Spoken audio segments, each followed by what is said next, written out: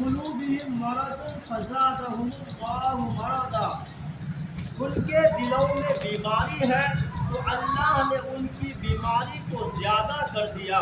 وَلَهُمْ عَذَابٌ أَلِيمٌ، اور ان کے لیے دردناک عذاب ہے۔ بِمَا كَانُوا يَكْذِبُونَ، کیونکہ وہ جھوٹ بولتے تھے۔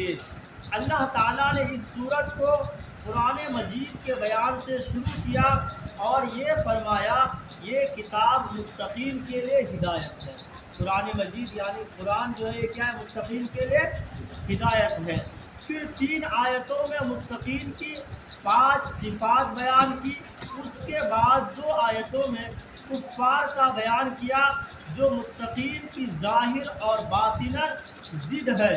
پھر اس کے بعد اب 13 آیتوں میں منافقین کا بیان فرمایا ہے جو کفر اور ایمان کے درمیان مذبذب تھے، یہ زبان سے ایمان لائے اور دل سے ایمان نہیں لائے۔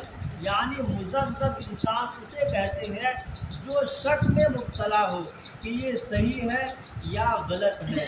تو جو مذبذب یعنی شک میں مبتلا ہو جاتے ہیں انہیں کیا کہا جاتا ہے؟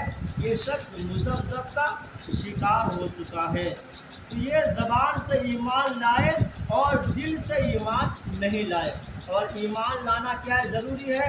زبان سے بھی ایمان لانا ضروری ہے اور دل سے اس کی تصدیق کرنا بھی ضروری ہے۔ اس وجہ سے اقرار باللسان و تصدیق بالقلب، یعنی زبان سے اقرار بھی کرنا ہے کہ میں نے ایمان لے آیا اور دل سے تصدیق بھی کرنی ہے کہ میں نے ایمان لے آیا۔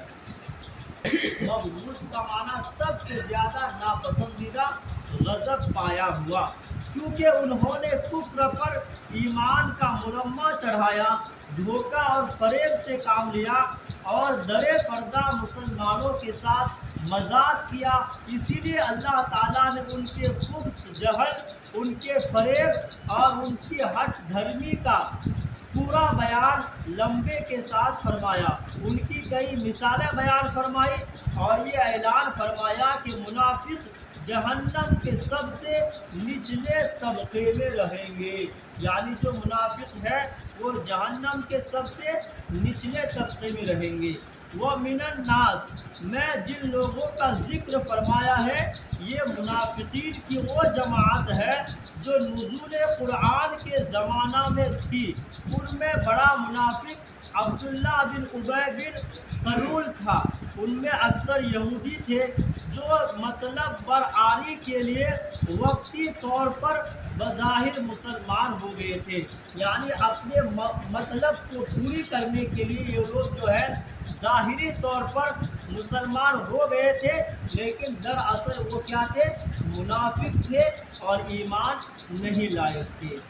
الیوم الآخری سے مراد حشر سے لے کر غیر متناہی مدت ہے یا روز حشر سے لے کر جنتیوں کے جنت میں اور دوزخیوں کے دوزخ میں جانے کا زمانہ مراد ہے۔ منافقین نے خصوصیت سے یہ کہا کہ ہم اللہ پر ایمان لائے اور آخرت پر ایمان لائے، کیونکہ یہودیوں کا در حقیقت اللہ پر ایمان تھا نہ آخرت پر۔ یعنی یہودی جو ہے نہ اللہ پر ایمان لائے تھے اور نہ آخرت پر ایمان لائے تھے، اور مومن کے لیے ضروری ہے کہ اللہ پر بھی ایمان لانا ہے اور آخرت پر بھی یقین رکھنا ہے، آخرت پر بھی ایمان لانا ہے۔ اللہ پر ایمان اس لیے نہیں تھا کہ وہ کہتے تھے کہ عزیز اللہ کا بیٹا ہے، اس لیے وہ مشرک تھے۔ یعنی کسی کو اگر اللہ کا بیٹا مانے گویا کہ اس نے اللہ کے ساتھ کیا کیا؟ شرک کیا۔ شرک کی وجہ سے وہ کیا ہو گئے؟ مشرک ہو گئے۔ اور آخرت پر اس لیے ایمان نہیں تھا کہ ان کا اعتقاد تھا کہ جنت میں یہودیوں کے سوا اور کوئی داخل نہیں ہوگا۔ یعنی آخرت میں اس وجہ سے ایمان نہیں تھا اس لیے کہ ان کا یہ عقیدہ تھا کہ جنت میں صرف یہودی ہی داخل ہوں گے اور کوئی داخل نہیں ہوگا۔ اس لیے انہوں نے منمہ کاری کے لیے اللہ اور آخرت پر ایمان کا ذکر کیا تاکہ مسلمان یہ سمجھے کہ وہ یہودیت سے تائب ہو کر خالص مسلمان ہو گئے ہیں۔ اللہ تعالیٰ نے ان کا رد کرتے ہوئے فرمایا وما ہم بمؤمنین، وہ مومن نہیں ہے، یعنی وہ ان سچے اور مخلص مسلمانوں میں داخل نہیں ہے جن کا یہ عقیدہ ہے کہ اللہ تعالیٰ ان کی خلوت اور جلوت پر مطلع ہے۔ یعنی اللہ تبارک و تعالیٰ جب ہم اکیلے میں رہتے ہیں، خلوت میں رہتے ہیں، اس سے بھی اللہ تبارک و تعالیٰ باخبر ہے، اور جب ہم مجمع میں رہتے ہیں، 10 لوگوں میں رہتے ہیں، تو اس سے بھی اللہ تبارک و تعالیٰ باخبر ہے۔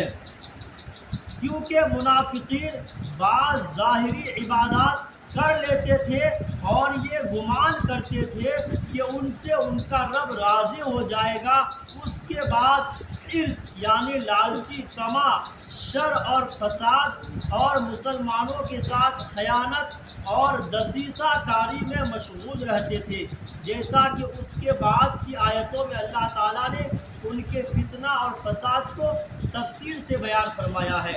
یعنی ان کے بعد جو آیت کریمہ آئے گی، ان آیت کریمہ میں اللہ تبارک و تعالیٰ نے ان کی خباثت کا ذکر کیا ہے، ان کے فتنہ اور ان کے دسیسہ کاری کا ذکر فرمایا ہے۔